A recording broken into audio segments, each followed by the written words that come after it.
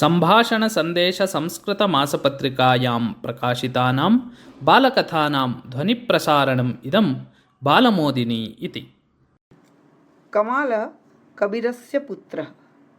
कबीर कमालयोः मध्ये न केवलं पितापुत्रसम्बन्धः अपितु गुरुशिष्यसम्बन्धः आसीत्। कमालः गुरुसेवां चिन्तनं मननं ध्यानम् आराधनां च कृत्वा सिद्धिं प्राप्तवान्। परन्तु स्वयं सिद्धपुरुषः कबीरः जानाति स्म यत् कमालः अद्यापि पूर्णज्ञानी नास्ति, तस्मिन् तावती परिपक्वता नास्ति इति।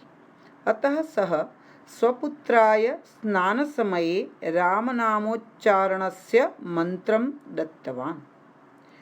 कस्मिंश्चित् दिने प्रत्यूषे गङ्गास्नानं कृत्वा कमालः गृहं प्रस्थितवान्।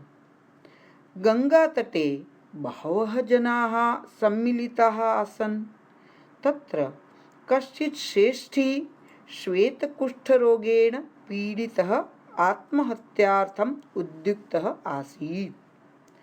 कमालः झटिति तत्र गत्वा अवदत्, भोः श्रेष्ठिन्, गङ्गायां निमज्य प्राणत्यागं मा करोतु इति। शरीरतापं सोढुं न शक्नोमि, मया किं करणीयम् इति श्रेष्ठी अपृच्छत्। कमालः अवदत्, रामनाम जपतु इति।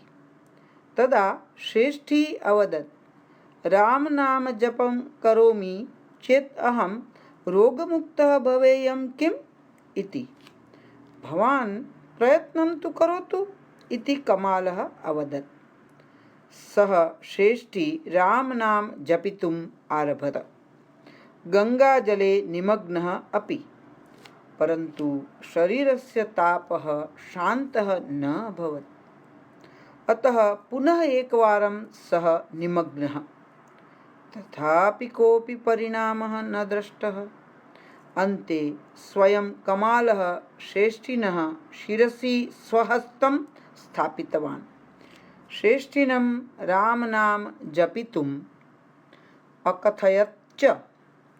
ततः श्रेष्ठी जले निमज्य बहिः आगतवान्। अहो आश्चर्यं! तस्य शरीरस्य तापः शान्तः अभवत्।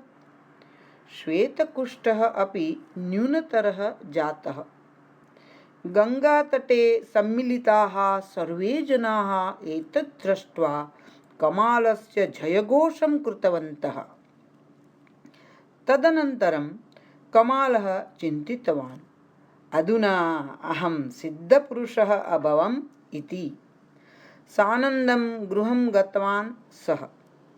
तस्य मुखे आनन्दं दृष्ट्वा कबीरः तस्य कारणं पृष्टवान्। तदा कमालः तस्मै सर्वं वृत्तान्तं निवेदितवान्। अहं सिद्धिं प्राप्तवान् इत्यपि तेन उक्तम्। तत् श्रुत्वा कबीरः अतीव दुःखितः जातः। कमालः सिद्धिं प्राप्य अहङ्कारी अभवत् इति सः निश्चितवान्। कथमपि तस्य अहङ्कारः निवारणीयः इत्यपि सः चिन्तितवान्। अनन्तरं सः स्वमित्राय तुलसीदासाय एकं पत्रं लिखितवान्। तत् पत्रं कमालाय दत्त्वा उक्तवान्, वत्स, तुलसीदासस्य गृहं गत्वा तस्मै एतत् पत्रं ददातु इति। कमालः तत् स्वीकृत्य तुलसीदासस्य गृहं गत्वा तस्मै पत्रं दत्तवान्। तुलसीदासेन तत् पत्रं पठितं। क्षणं विचिन्त्य सः स्वसेवकान् आहूय उक्तवान्, नगरे यावन्तः श्वेतकुष्ठरोगेण पीडिताः जनाः सन्ति तान् सर्वान् अत्र आनयन्तु इति। ततः सेवकाः गत्वा बहून् तादृशान् रोगग्रस्तान् आनीतवन्तः।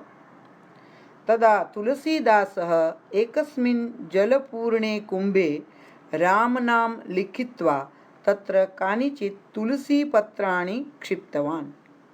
तदनन्तरं सेवकान् उक्तवान्, एतत् जलम् एतेषां सर्वेषां रोगग्रस्तानाम् उपरि सिञ्चन्तु इति।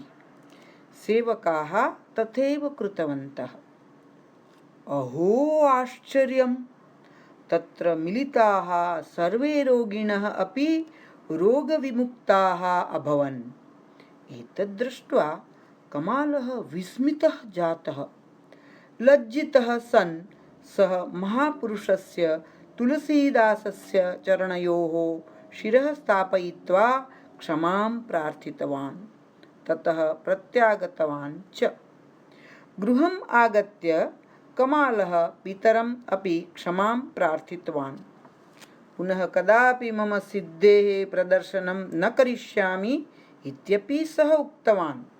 सन्तुष्टः कबीरः तं बोधितवान्, कदापि आत्मनः स्तवनं न करणीयम्, आत्मश्लाघा नैव श्रेयसे इति।